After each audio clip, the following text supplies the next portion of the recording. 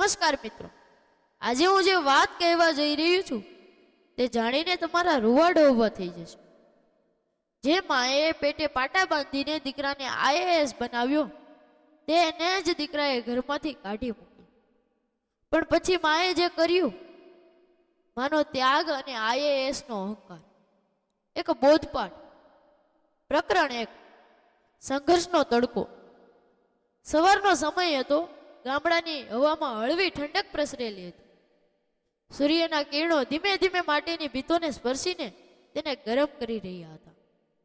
ગામના એક જૂના પણ સ્વચ્છ ઘરના આંગણામાં શારદા દેવી ચૂપચાપ બેઠા હતા. તેમના ચહેરા પર ઉંમરની ઊંડી રેખાઓ હતી, પણ આંખોમાં હજુ એ જ ચમક હતી જે ક્યારે સપનાઓને સિંચતી હતી. શારદા દેવીનું જીવન ક્યારે સરળ નહોતું રહ્યું. નાની ઉંમરમાં જ વિધવા થયા. પછી સમાજે તેમને બિચારી અને અબળા માની લીધા હતા. લોકો કહેતા, હવે આનું શું થશે? પણ ક્યારેય કોઈએ ખબર નહોતી કે આ સાધારણ દેખાતી સ્ત્રીની અંદર હિંમતનો એક વિશાળ પહાડ છુપાયેલો છે.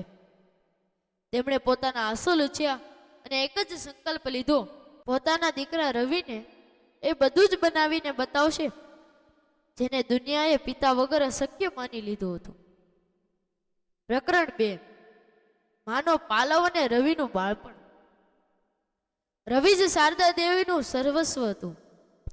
તેમણે પોતાના જીવનનો દરેક શ્વાસ તેના નામે કરી દીધો હતો. ખેતરોમાં મજૂરી કરવી, બીજાના ઘરે વાસણ માંજવા અને પોતે ફાટેલી સાડી પહેરવી, આ બધું તેમને હસીને સહન કરી લીધું. રવિ ભણવામાં હોશિયાર હતો. શાળાના માસ્તર પણ કહેતા, શારદા, આ છોકરામાં કઈ ખાસ છે. ચોમાસાની એ રાતોમાં જ્યારે છત ટપકતી હતી ત્યારે શારદા દેવી રવિને પોતાના ખોળામાં લઈને આખી રાત બેસી રહેતા, જેથી તેના પુસ્તકોને દફતર પલળે નહીં.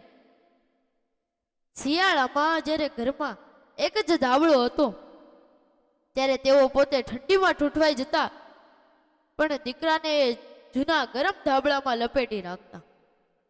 તેમનું એક જ સપનું હતું, મારો દીકરો મોટો સાહેબ બનશે ત્યારે મારો બધો જ થાક ઉતરી જશે. શહેરની ચમક અને બદલાતું વર્તન. રવિ ઉચ્ચ અભ્યાસ માટે શહેર ગયો.